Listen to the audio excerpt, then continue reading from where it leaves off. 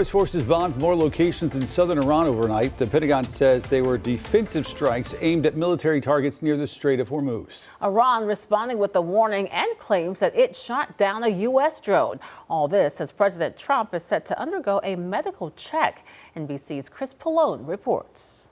Trip to Walter Reed Medical Center in Washington on tap for President Trump today. Mr. Trump turns 80 next month and is often seen with bruises on the back of his right hand.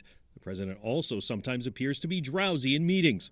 But in a February interview with NBC's Tom Yamas, Mr. Trump insisted he's in excellent health. I feel great. I mean, physically and mentally, I feel like I did 50 years ago.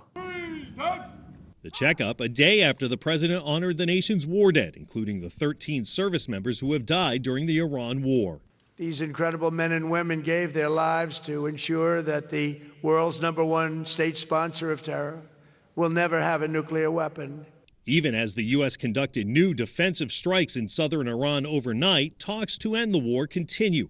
President Trump posting that negotiations are proceeding nicely and that the end result will be a great deal for all or no deal at all.